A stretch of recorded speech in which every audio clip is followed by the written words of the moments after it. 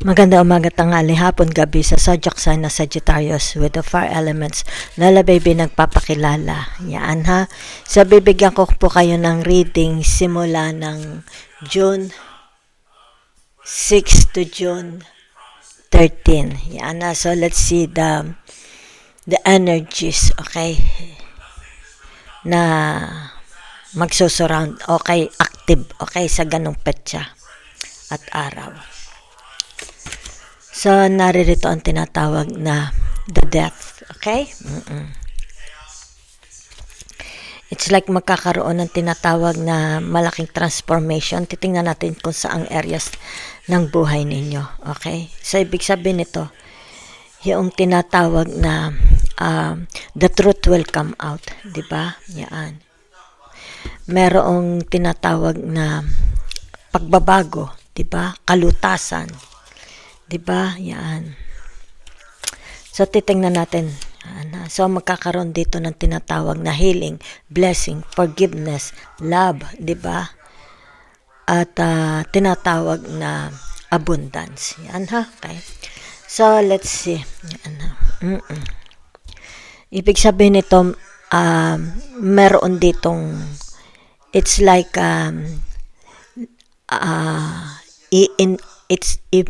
hindi i-verify, confirmed na ito. Okay? May i-confirm ditong kasaganaan. Okay? So, tingnan natin saang area sa buhay ninyo ito. Okay? Saan itong confirmed na kasaganaan. Okay, so naririto ang tinatawag number 11. Okay? Yan. So, ang nakikita ko dito yung tinatawag na kung halimbawa may mga alitan, hindi pagkakaintindihan, awayan, pwedeng demandahan, di ba? Maaring ito'y nagkaroon na ng nasangkot na pati mga sabi natin si mayor, mga pulis, di ba? Kumbaga dito'y nagkaroon na ng tinatawag na mga namamagitan, di ba? Yan. So, ibig sabihin nito, yung tinatawag na it's like dito'y kailangang magkaroon, okay, ng agreement, di ba?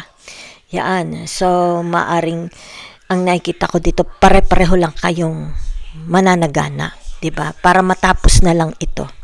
Kung mga hidwaan ito, matapos na. Kung sa mga magkakapatid, kung sino ito mga kasosyo nyo, baka negosyo kasosyo, di ba? Baka ito'y may kinalaman sa mga manahan, properties, baka ito'y mag-asawa, diba? Yan. So, ibig sabihin nito, meron ditong, it's like, mabubuhay. Okay? It's like renewal ng relationship, ng contract, meron dito. Yan ha. Sabihin natin renewal ng business, renewal ng marriage, okay? Baka ito ikakasal uli. Okay? Yan. So, titingnan natin ha. So, ibig sabihin nito, merong gains, win-win. Diba? Yan. Meron din ditong tinatawag na new people coming. Maaring mga members of the family, bagong members of the family, diba? Baka merong kasalang magaganap. Okay? Yan. So, ibig sabihin nito, tinatawag na panghabang buhay na ito. Meron ditong tinatawag rebirth, may mga bubuhayin pag-ibig, bubuhayin negosyo, di ba? Pangkabuhayan, di ba? O may bubuhayin kaso, di ba? Yan. So, ibig sabihin nito, yung tinatawag merong announcement na mangyayari. Announcement. Ibig sabihin nito, ipaalam na, okay? Ipaalam na. Yan ha. It's like the truth will come out. Ipapaalam na, confirmation na ito is mangyayari. Totoo. Okay? So, meron ding kasalan. Yan ha. Meron dito ang tinatawag rebirth of their feelings, rebirth of faith, religion. Diba? Nagkaroon na maaring awakening. Meron ditong sabihin na nating matagal ng nabuhay sa kasalanan, matagal siyang nabulagan, pero nagkaroon ng awakening, nagising na siya sa katotohanan, di ba?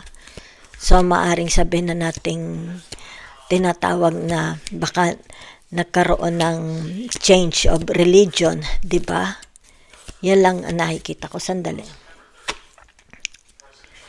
So, nakikita dito yung tinatawag na mga alinlangan sa buhay niya. Diba? Yan.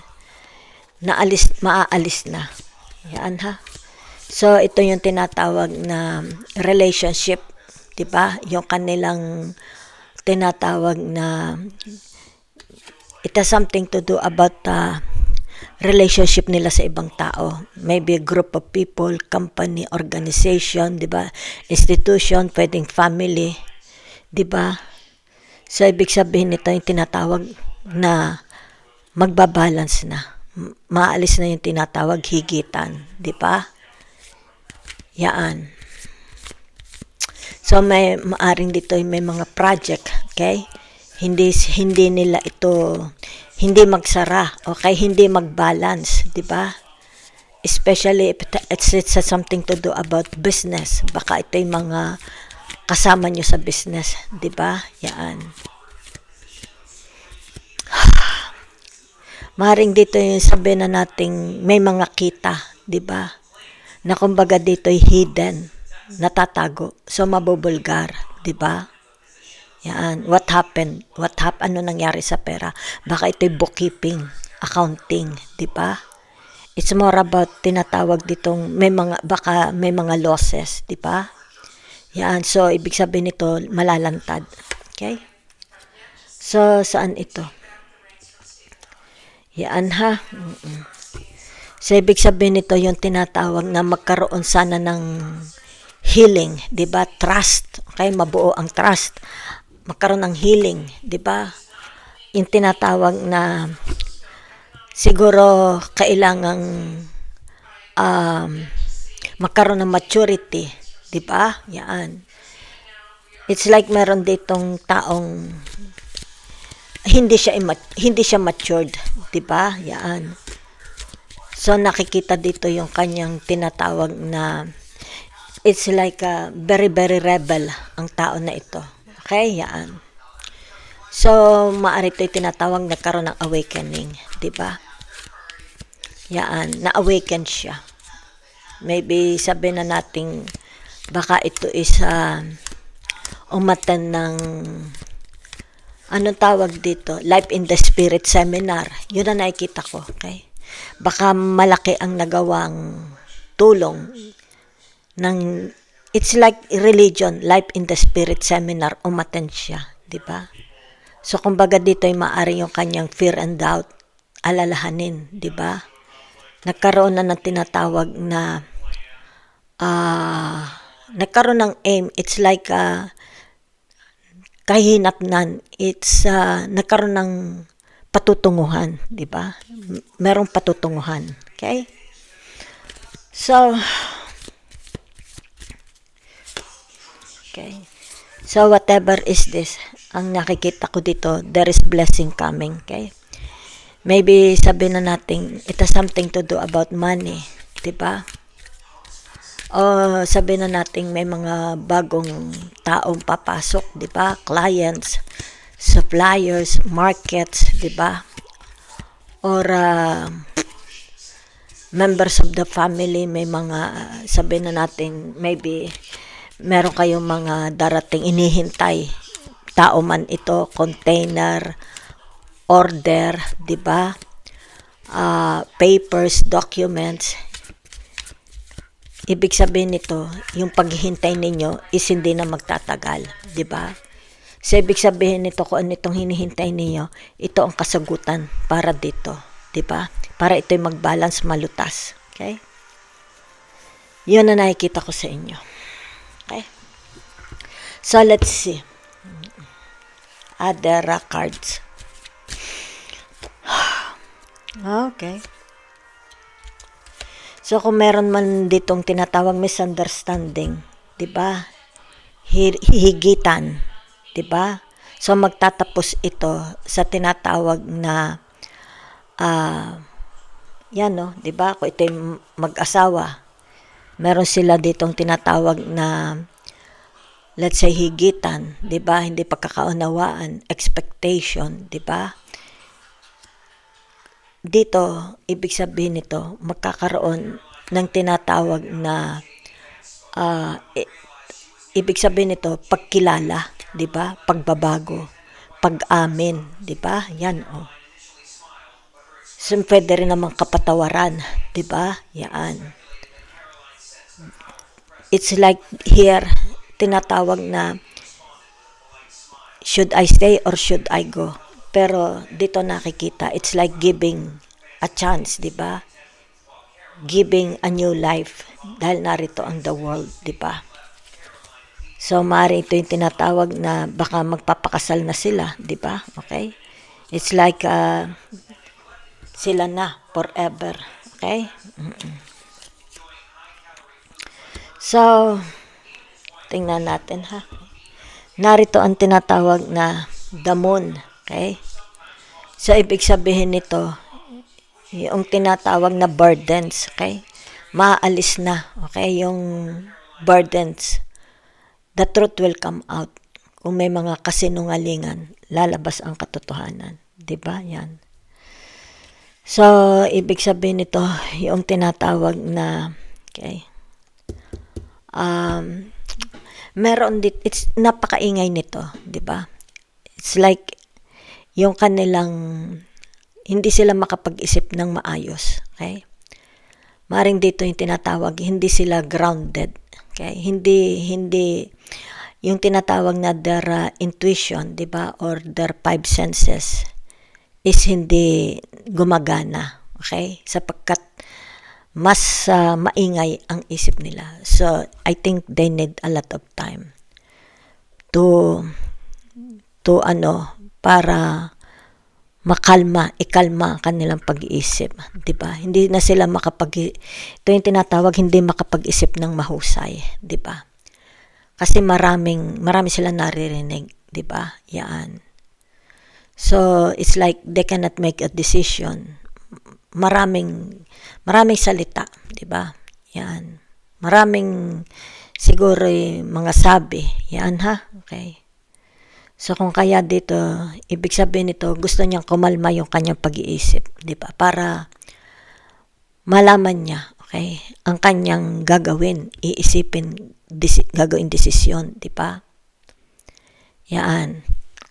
So, dito nakikita ang tinatawag na, yan, no? Okay?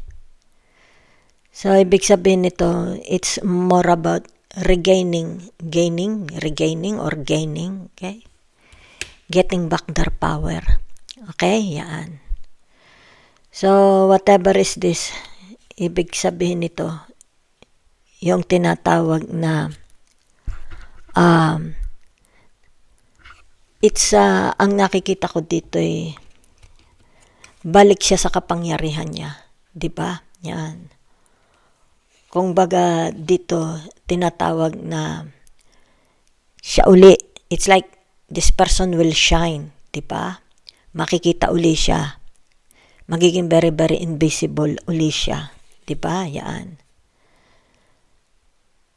Ito ang nakikita ko dito. Di ba?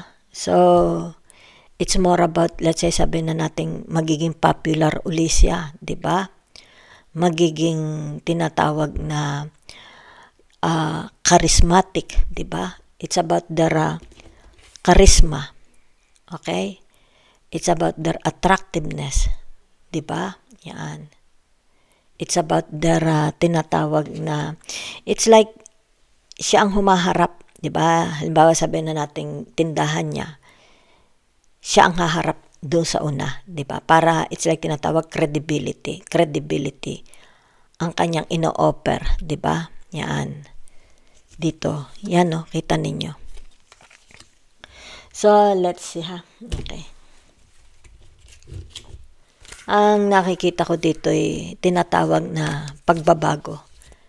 There is tinatawag bagong mukha ng business, bagong mukha sa public, di ba? It's about bago, di ba? Yan. So, let's see. Okay. So, lumabas ulit dito ang the world. Yan, ha? Okay. So, ibig sabihin nito, yung tinatawag na meron ditong the Six of Swords. Okay? Yan. So, ibig sabihin ng the Six of Swords na ito, yung tinatawag na a new relationship. Okay? Dito kasi, kita mo meron doong coupling, dalawa. Diba? Dalawang tao. Pwede yung a new partner, love relationship, diba? Or sabihin na nating a new job, diba? A new place. Yan. So, ibig sabihin nito, this person is ready na. Looking. It's like they are looking. Di ba? Or yung tinatawag na hindi naman analyze, di ba? Let's say, halimbawa, pumunta sila sa isang lugar. Tinitingnan nila ang potential. Kung may potential, di ba? Halimbawa, doon sa lugar na pupuntahan nila. Okay? So, ibig sabihin nito, tinatawag kasi may mga kalituhan, 'di ba? So, itong kalituhan na ito, mareresolve lang kung sila mismo, 'di ba? Yan. Ang titingin, 'di ba? Yan. So, it's like to see is to believe. Okay? Para ma-satisfy, magkaroon ng satisfaction. So, dito yung tinatawag na the Four of Swords, 'di ba? Okay. So, ibig sabihin ng the Four of Swords na ito, yung tinatawag na pananahimik. Yan, oh. Ito yung tinatawag na ina-alienate nila ang sarili nila. Okay? Yan. Pamamahinga. Okay? Kumbaga dito yung tinatawag na they want, ayaw muna nilang mag-isip. Diba? Ayaw muna, kasi masyado ng pagod ang pag-iisip. Okay? Siguro gusto muna nila mag-relax, 'di ba? Para maisip-isip nila lahat. Somehow makatulong ito sa kanila, 'di ba? Para makapag-decide sila, makapagplano sila, 'di ba? Okay. It's like napaka-ingay na ng kanilang kaisipan. At kailangan nila talagang mamahinga, okay? By means of, let's say sabihin natin praying, meditation, yoga, listening to music, di ba? Or sabihin na nating idadivert nila ang kanilang attention, okay, sa ibang bagay, like para magkaroon ng relaxation, gardening, di ba? O kaya paglilinis ng bahay, or just sitting down, okay? So, narito ang tinatawag the world, di ba? So, ibig sabihin ng the world, yan, welcoming. It's a new you, di ba? Bago na ikaw. It's like, sabihin na nating bagong appearance, di ba? Bagong mentality, di ba? Maybe ito yung tinatawag new strategy. Maybe you have a new strategy to welcome, di ba? To entertain, di ba? Yan. So, nakikita dito, you are very, very welcoming. Okay? Kaya narito yung tinatawag na the King of Wands. Okay? It's about your strategy. Diba? Maybe you change your strategy. Okay? Sa pakikipag-usap, sa pakikipag-negotiate, sa pakikipag-entertain, sa pag-entertain. Diba? You change your strategy. So, that's I see for you. So, let's say, okay, so, nakikita dito, you're very, very tinatawag na approachable. Madali kayong i-approach, di ba? Especially kung tinatawag na relax ang mind ninyo, di ba? It's like you are open to all good possibilities, opportunities, di ba? Yan. Negotiable. Madali kayong makipag-negotiate, okay? Kasi it has something to do about money, business, di ba? Kung ano man itong number 11 ito. Yan. You are open for negotiation. You are open for negotiations. So, let's see the message and the advice from the universe. Okay? Sa sandali lang hindi ko kabisado ang symbol. Okay? So, ibig sabihin nito, yung tinatawag na the Mars. Okay? So, ibig sabihin nito, you are open for transformation, negotiation, di ba? Yan. So, ano itong tinatawag na ito? The Mars and the Sagittarius. Okay? Para dito magkaroon ng tinatawag for yung disclosure. Okay? Magkasundo. Yan ha. Kaya dito nakikita, 'di ba? It's like tinatawag na you are open, 'di ba? It's like madali naman kayong kausap, 'di ba? Okay? Pero kasi parang nai-intimidate sila sa inyo, 'di ba? Kaya dito, yung tinatawag your masculine, ibig sabihin nito, magsi-switch ka into feminine. Okay? Yan. Maring na-intimidate. So, it's about tinatawag changing. Okay? Para ma-approach ka nila. Okay? Yan. So, nakikita ko dito kaya ito'y the Mars and tinatawag na Sagittarius is all about changing your energy, 'di ba? Kasi nakikita dito, okay? Tinatawag na kayo is open for negotiations, pero kumbaga dito maaring na-intimidate sila, 'di ba? Hindi nila ikaw ma-approach. So what you will do, ibig sabihin nito, tinatawag you will be more feminine. Okay? It's like okay, let's talk, 'di ba? Okay? Over a glass of champagne, over a glass of kaba. Okay? Ibig sabihin nito, you will listen. Okay? Para magkaroon ng tinatawag na transformation. Okay? Yan. Whatever is this, kasi narito ang tinatawag na the death. Okay? Maybe it has something to do about death, about losses, di ba?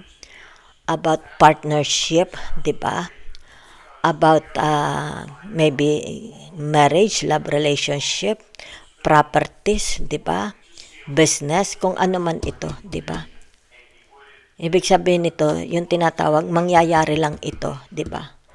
Kung babaguhin mo ang iyong tinatawag way of ang tinatawag na way of entertaining, something like that, di ba? Kasi masyado kayong masculine. So, ibig sabihin nitong the world, tinatawag you will change, very, very feminine, di ba? Yan. Para dito, at least relax sila sa inyo, di ba? It's like, hindi sila mai-intimidate, di ba? So, that's what I see. Whatever is this, magkakaroon ng tinatawag win-wins, di ba? Magkakaroon ng magandang outcome, result. Okay? Yan. Ibig sabihin nito, it's like tinatawag handshake. Magkakaroon ng handshake. Yan. Kasi narito ang the temperance. Diba? So, ito yung tinatawag the result. Ito, the high priestess. The result. Diba? Malaki ang tinatawag na the result is very, very successful. Okay? Yan. So, thank you very much.